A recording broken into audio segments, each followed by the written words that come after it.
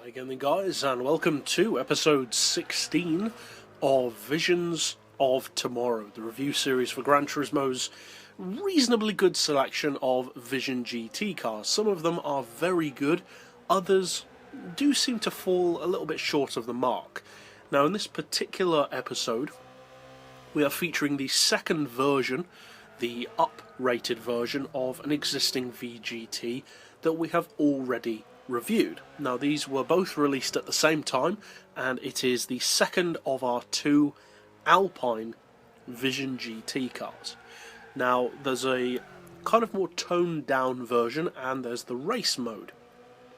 We have of course already featured the normal model, and now we are turning our attention to the race mode version. Now interestingly, the spec of the two cars is virtually identical. Now you'd expect with a racing model to have some differences, of course, maybe a little bit less weight or slightly more power, but there's actually no difference at all until you get to its PP. Now we'll get to the PP last, but let's consider the spec overall. First, it's powered by a 4.5 litre engine, puts out 443 horsepower, 427 foot-pounds of torque, weighs 900 kilos, and puts out just under 500 horsepower per tonne. The PP though, which is the main difference, is 599 compared to 587 on the normal model. So a considerable difference in PP, given that the cars are, as far as the specs would indicate, no different. So what are the differences in practice? Well, first of all, you have the look. The cars do certainly look different. The race mode has a larger rear wing and a Gulf-inspired livery. But what about actual performance? Do they perform differently? Is the handling improved?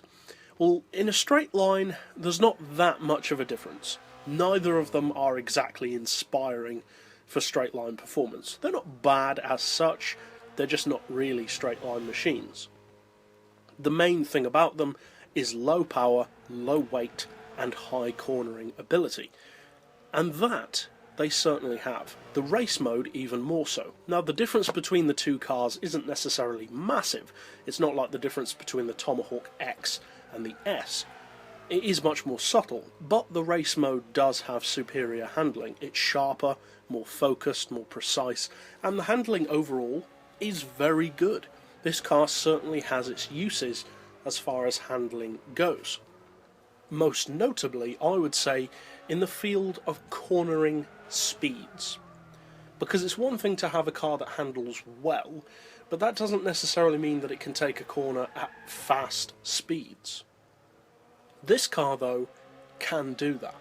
You can get the front end to turn in, the rear end naturally follows, you get a tiny bit of oversteer, but the car holds itself very well, it's very composed, and you can actually exit the corner at a really impressive speed, given that the car doesn't have a huge amount of power to work with.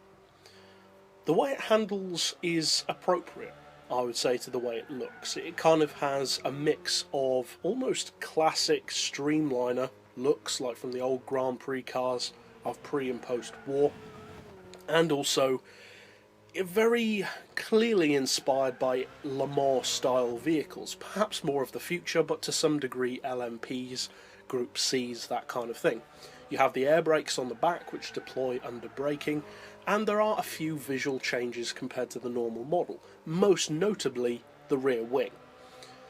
Overall, would I recommend this car? Because after all, it does cost 1 million credits. Add that onto the normal model and you're putting out the same price as a Veyron or a number of other significantly quicker vehicles. So is the race mode, or indeed the normal version, worth buying? Well, yes and no, because as a pure concept, and for Alpine fans, and to have a car that is unique and different both visually and in the way it performs, then yes, it is worth checking out. Is it worth 1 million credits? Well, technically speaking, no, because it's not fast enough to deserve that price. But I can understand why people would pay that price, because at least it is unique. It looks like nothing else in the game, it handles in a pretty unique way, its performance is good for the power, and for Alpine fans, as I said, it is certainly a faithful, modernised adaptation of what Alpines are good at, because Alpines have never been particularly overpowered or have significant engine capacity, but they tend to be small, compact, light, the kind of cars that you would drive around, as the name suggests, an Alpine road. They're very good for that. And this car transfers that classic DNA, not just of their road cars, but also their race cars, such as the streamlined Le Mans machines, very well. It translates that to a modern vehicle, and it feels as I think an Alpine should. So is it faithful to the brand? Definitely. Looks-wise, performance-wise, handling, in all ways.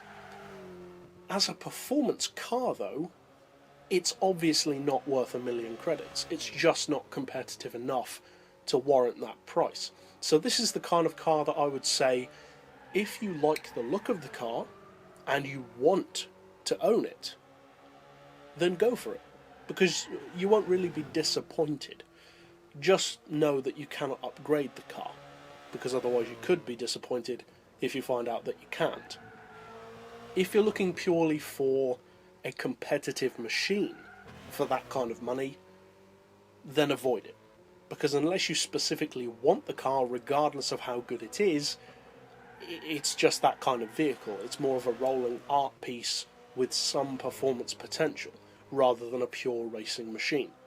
So overall, it's certainly worth checking out for the right person, but for a million credits there are faster race cars you can get, significantly faster in fact. But overall, that's it for this particular episode. I'll see you guys next time, and as always, thanks for watching.